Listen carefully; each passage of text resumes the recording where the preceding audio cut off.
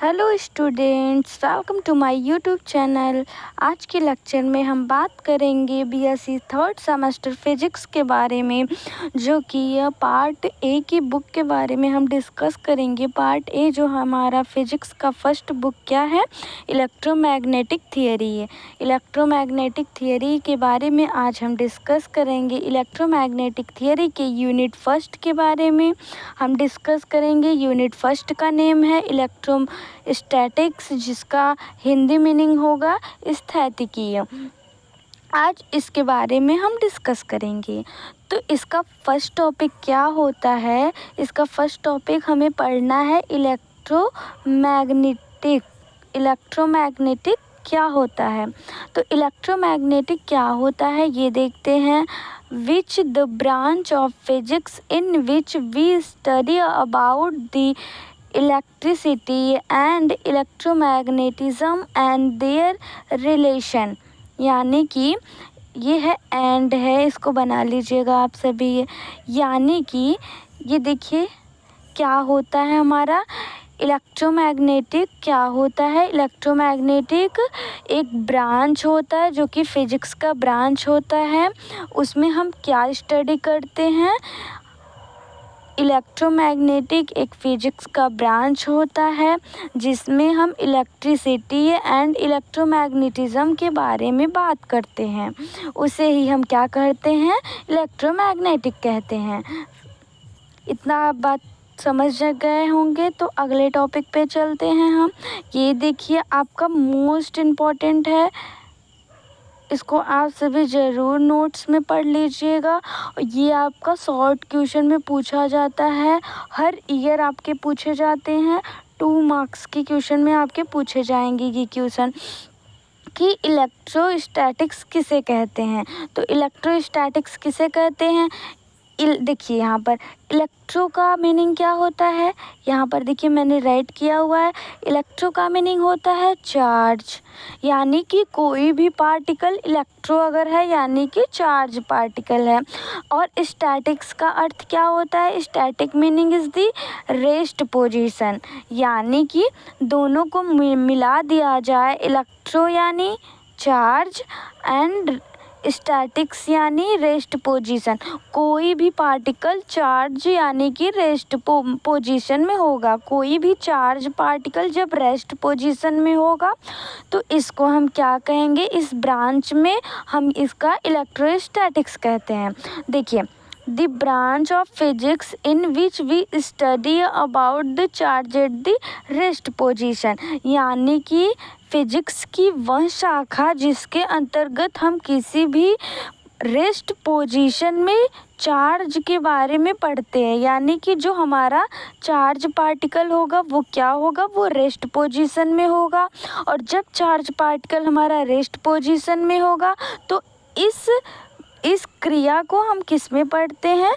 The branch of physics in which study about the charge at the rest position. तो इसको हम electrostatics में पढ़ते हैं। इसी को क्या कहते हैं? इलेक्ट्रोस्टैटिक्स कहते हैं। इलेक्ट्रोस्टैटिक्स क्या होता है एक बार फिर से मैं बता देती हूँ। ये एक फिजिक्स का ब्रांच होता है जिसमें हम किसी रेस्ट चार्ज पार्टिकल के बारे में पढ़ते हैं। आई होप इतना क्लियर हो गया होगा। ये मोस्ट इम्पॉर्टेंट टॉपिक है आपके एग्ज़ाम में, बीएससी थर्ड सेमेस्टर एग्ज़ाम में 2 मार्क्स में ये क्वेश्चन हर बार रिपीट होता है। तो ध्यान से इस क्वेश्चन को आप सभी नोट डाउन कर लीजिएगा। आगे देखते हैं ये चार्ज क्या होता है। चार्ज, ये क्वेश्चन भी आपका इम्पॉर्टेंट है क्योंकि ये भी आपका रिपीटेड क्वेश्चन है। यहाँ पर देखिए चार्ज किसे कहते हैं? Charge is the fundamental property of any substance due to which electrostatic force work between any 2 body. यानी चार्ज हमारा एक फंडामेंटल प्रॉपर्टी होता है किसी भी सबस्टेंस का, जो क्या होता है उसके इलेक्ट्रोस्टैटिक्स फोर्स के कारण जो फोर्स के कारण वर्क बिटवीन टू बॉडीज़, दो बॉडीज़ के बीच में जो इलेक्ट्रोस्टैटिक फोर्स होते हैं उसके कारण जो वर्क होता है हमारा वो क्या होता है, चार्ज होता है। यानी कि एक प्लस चार्ज ले लिए, हम एक माइनस चार्ज ले लिए। अब इसी को हम क्या कहते हैं, इन दोनों के बीच में जो अट्रैक्शन या रिपल्सन फोर्स लगेगा तो उसे हम क्या कहेंगे, उसे ही हम क्या कहते हैं, उसे ही हम चार्ज कहते हैं। तो charge is denoted by Q. Charge को हम क्यू से रिप्रेजेंट करते हैं। यहाँ पर आप स्मॉल क्यू से भी कर सकते हैं, कैपिटल क्यू से भी कर सकते हैं, एज योर विश। आप जिससे करना चाहें उससे कर सकते हैं। यहाँ मैंने स्मॉल क्यू से डिनोट किया हुआ है। फिर यानी चार्ज का यूनिट क्या होता है, कूलॉम होता है। इसको हम सी से रिप्रेजेंट करते हैं। और यहाँ पर देखिए चार्ज कितने टाइप्स के होते हैं, चार्जेस टू टाइप्स, यानी कि चार्ज दो प्रकार के होते हैं। फर्स्ट इज द क्या होता है, negative charge, and second is the positive charge according to Franklin के अनुसार जो हमारा चार्ज होता है वो टू टाइप्स का होता है। फर्स्ट टाइप क्या होता है, निगेटिव चार्ज होता है, और सेकंड पॉजिटिव चार्ज होता है। निगेटिव चार्ज क्या होता है, निगेटिव चार्ज वो होता है जिस सबस्टेंस पे हमारे निगेटिव चार्ज आयन होते हैं उसे निगेटिव कहते हैं, जिस पे पॉजिटिव होते हैं उसे पॉजिटिव चार्ज कहते हैं। और क्या होता है, स्मॉलेस्ट यूनिट ऑफ चार्ज, यानी कि चार्ज का स्मॉलेस्ट यूनिट क्या होता है, फॉर्मूला क्या होता है, Q is equal to NE होता है, NE। यहाँ पर मैंने कैपिटल Q ले लिया हुआ है, आप सब स्मॉल Q से डिनोट किए थे पहली बार, तो मैंने स्मॉल Q राइट कर दिया हुआ है। तो आप सब चाहे जो भी राइट कर सकते हैं। तो यहाँ पर देखिए क्यू का मतलब क्या हो गया, वो चार्ज हो गया, किसी भी पार्टिकल पर चार्ज जो होता है वो क्यू से रिप्रेजेंट करते हैं।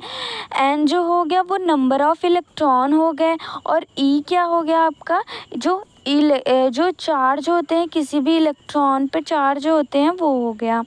देखिए n is the number of electron, is the fundamental charge, या ये क्या है, इलेक्ट्रोमैग्नेटिक चार्ज हो गया, इलेक्ट्रिक चार्ज हो गया। तो जो ई की वैल्यू होती है वो क्या होती है हमारी, एक मिनट, ई की वैल्यू जो होती है, देखिए ई की वैल्यू क्या होती है, 1.6 इंटू 10⁻⁻19 कूलॉम होती है। कूलॉम क्या हो गई, यूनिट हो गई, ये हमारी वैल्यू हो गई। किसी एक इलेक्ट्रॉन की वैल्यू क्या होती है, 1.6 इंटू 10⁻⁻19 कूलॉम होती है। ओके, आई होप इतना आप सभी को क्लियर हो गया होगा।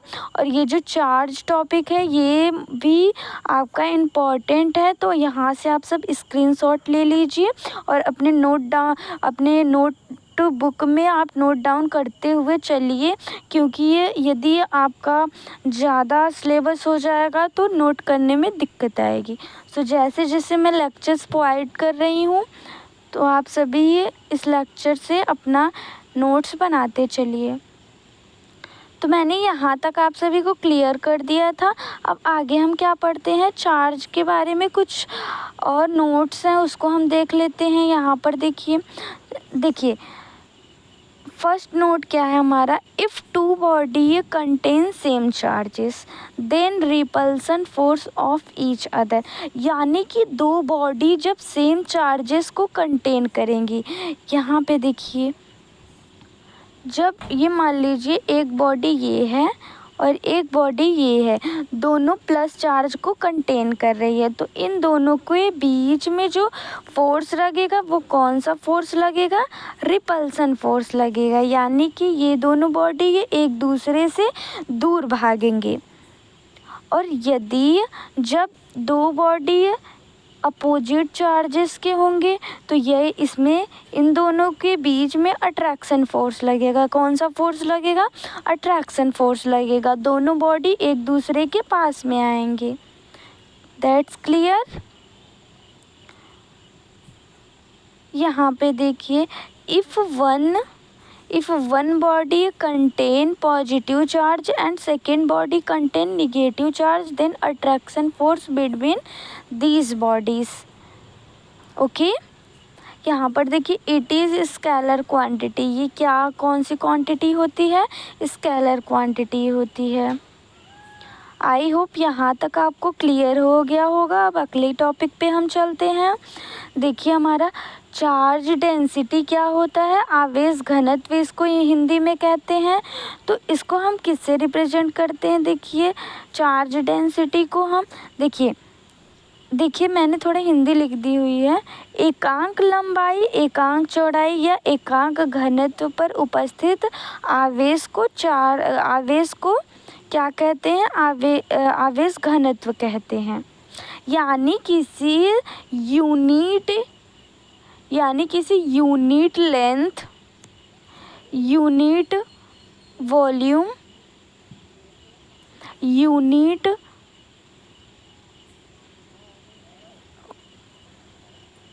विड्थ, इन सभी में जो हमारे क्या होते हैं, जो चार्ज प्रेजेंट होते हैं उसे ही क्या कहते हैं, चार्ज डेंसिटी कहते हैं। तो देखिए the amount of charge on unit length or volume of any body is known as charge density. यानी कि किसी एकांक लेंथ या एकांक वॉल्यूम आयतन में जो चार्ज प्रेजेंट होता है उसे ही हम क्या कहते हैं, उसे ही चार्ज डेंसिटी कहते हैं किसी बॉडी का। तो स्टूडेंट्स क्लियर हो गया होगा इतना। अगले टॉपिक, ये सब थ्योरेटिकल पार्ट है, ये इसलिए मैं इसको पीडीएफ के द्वारा ही आप लोगों को समझा दे रही हूँ, क्योंकि ये सब आपके थ्योरेटिकल पार्ट हैं तो लिखने में काफ़ी टाइम जाएगा और ये वीडियो आपकी लेंदी हो जाएगी तो आप लोग भी बोर हो जाएंगे। तो जब न्यूमेरिकल पार्ट्स आएंगे तो मैं सॉल्व करके हैंड से बताऊंगी और कॉपी में बताऊंगी आपको, ठीक है। तो पीडीएफ से जिसकी ज़रूरत मैं पीडीएफ से पढ़ाऊंगी, जो जैसा ज़रूरत पड़ेगा मैं उसी हिसाब से आपको पढ़ा दूंगी। आप लोग चिंता मत करिए, बस जितना पढ़ा रही हूँ उसके नोट्स बनाइए और डेली के डेली कवर करते जाइए, ओके। अगले टॉपिक पे मैं चलती हूँ। देखिए लीनियर चार्ज डेंसिटीज 3 टाइप्स, जो चार्ज होते हैं हमारे वो 3 टाइप्स के होते हैं। First is the linear charge density, first हमारा क्या होता है, लीनियर चार्ज डेंसिटी। ये इतना इम्पॉर्टेंट नहीं है लेकिन ये एग्ज़ाम में आपसे नहीं पूछता है, ये मैं आपको इसलिए बता रही हूँ ताकि ये अभी आगे हमारे न्यूमेरिकल आएंगे, प्रूफ आएंगे, डेरिवेशन आएंगे तो ये सब आपके टर्म्स उसमें यूज किए जाएंगे, उसमें ये सब टर्म आपके, ये फॉर्मूले आपके यूज होंगे, इसीलिए मैं आपको इनका थोड़ा इंट्रो करा दे रही हूँ, ओके गाइस।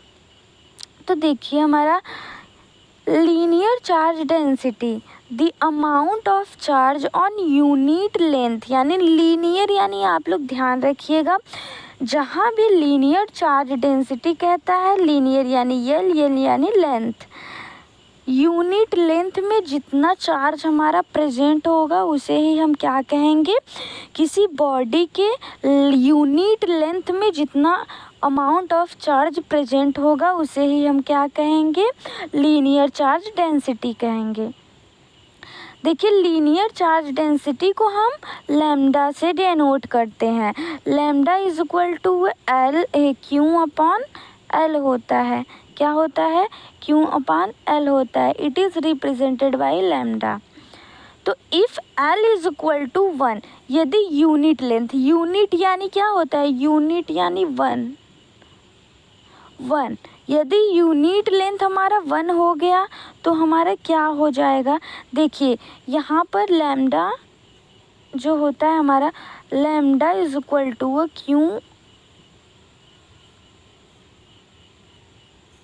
एक minute, lambda is equal to Q upon L होता है। यदि क्यू अपॉन एल होता है, यदि जो हमारा एल है वो हम 1 मान लें तो हमारा लैम्डा किसके इक्वल आ जाएगा, क्यू के इक्वल आ जाएगा। इतना आपको क्लियर हो गया। तो लैम्डा हमारा क्यू के इक्वल आ जाएगा। तो यही यहाँ पर देखिए दिया हुआ है, lambda is equal to Q. Q क्या है हमारा? Charge on the length of the body. इसका देखिए यूनिट क्या होता है? चार्ज का यूनिट कूलॉम होता है। इसको मीटर से भी डिनोट कर सकते हैं। इसका डायमेंशन क्या होता है?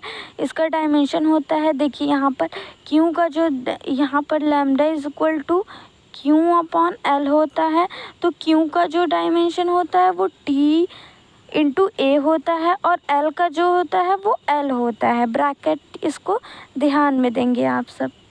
तो इसका अगर हम यहाँ से देखिए, अगर हम टी अपॉन जो ब्रैकेट में टी है अपॉन एल ये है आपका, यदि हम इसको टी को यदि यहाँ से देखिए, अगर हम ये यल है ये ये आपका अपॉन में है, यदि हम इसको ऊपर लेकर जाएंगे तो ये क्या हो जाएगा? इन्वर्स में हो जाएगा। इन्वर्स में हो जाएगा तो हमारा क्या आ जाएगा? ये हमारा आ जाएगा, इतनी वैल्यू आ जाएगी। डायमेंशन जो हो जाएगा हमारा इतना हो जाएगा। चार्ज डेंसिटी का डायमेंशन इतना हो जाएगा। और फिर इसके बाद देखिए फॉर्मूला फॉर स्मॉल लेंथ, यानी कि जब आपका लेंथ जो है वो स्मॉल होगा तो हम स्मॉल के लिए क्या डिनोट करते हैं? D upon Q upon D upon L. Lambda is equal to small length के लिए ये फॉर्मूला हम यूज करेंगे। लीनियर चार्ज डेंसिटी क्लियर हो गया होगा आप लोगों को। अब चलते हैं सेकेंड। 3 टाइप्स के चार्ज डेंसिटी होते हैं। तो फर्स्ट हमारा लीनियर चार्ज डेंसिटी जो कि हमने कंप्लीट कर चुका। अब आते हैं सेकेंड पे। सेकेंड जो हमारा है क्या है? Surface charge density. Surface charge density को हम किससे रिप्रेजेंट करेंगे? देखिए सरफेस चार्ज डेंसिटी को हम सिग्मा से रिप्रेजेंट करते हैं। ओके, जो हमारा सिग्मा होता है, एक मिनट ब्रश को चेंज करती हूँ मैं, सिग्मा से रिप्रेजेंट करते हैं। सिग्मा होता है, तो देखिए इसका डेफिनेशन क्या होगा? The amount of charge on the unit area of any body is known as surface charge density. यानी कि किसी बॉडी के एरिया, यूनिट एरिया में जितने अमाउंट ऑफ चार्ज प्रेजेंट होंगे उसे ही क्या बोलते हैं? सरफेस चार्ज डेंसिटी कहते हैं। इसको हम किससे रिप्रेजेंट करते हैं? सिग्मा से रिप्रेजेंट करते हैं। देखिए सिग्मा इज इक्वल टू क्या होता है? Sigma is equal to Q upon A होता है। क्यू हमारा क्या हो गया? Charge of the body and A हो गया एरिया, यानी कि यूनिट एरिया जो हो गया। इसका यूनिट क्या होता है? देखिए यूनिट कूलॉम प्रति मीटर स्क्वायर होता है। अब इसका देखिए फॉर्मूला क्या होता है? फॉर स्मॉल जब यूनिट होगा तो आपका फॉर्मूला स्मॉल के लिए मैंने बताया था डी का यूज करते हैं। कोई भी जहाँ भी स्मॉल बॉडी के लिए आता है तो वहाँ हम डी का प्रयोग करते हैं। तो इसका यूनिट देखिए क्या होगा? तो क्यू, देखिए sigma is equal to q upon A होता है। तो क्यू का हमने बताया हुआ था तो टी ए हो जाएगा, और अपान में जो एरिया का होता है वो एल स्क्वायर होता है। तो एल हमारा ऊपर चला जाएगा तो एल इस इन्वर्स में आ जाएगा। तो टोटल डायमेंशन हमारा हो जाएगा एल के पावर -2 टी के पावर 1 ए के पावर 1, यानी कि ये हो जाएगा। ये यूनिट नहीं है, यहाँ पर यूनिट गलत लिखा हुआ है, यहाँ पर डायमेंशन आप लोग कर लीजिएगा। अब देखिए यहाँ पर थोड़ी डायग्राम बनी हुई कि यहाँ पर एक बॉडी दे दी हुई है, यहाँ पर प्लस चार्ज डेनोट है, यहाँ पर एक ये स्मॉल यूनिट है। देखिए यहाँ पर स्मॉल यूनिट है, इसको हम डी क्यू से रिप्रेजेंट करेंगे, इसको हम क्यू से रिप्रेजेंट करेंगे, और ये जो हमारा टोटल है ये हम ए से रिप्रेजेंट करेंगे, यानी कि एरिया। तो क्लियर हो गया होगा। अब थर्ड पे हम चलते हैं। थर्ड जो हमारा क्या है? वो हमारा है volume charge density. Volume charge density को हम रो से डिनोट करते हैं। The amount of charge on unit volume of any body is known as volume charge density। यानी कि किसी बॉडी के यूनिट वॉल्यूम यानी यूनिट आयतन, एकांक आयतन में प्रेजेंट अमाउंट ऑफ चार्ज को हम क्या कहते हैं?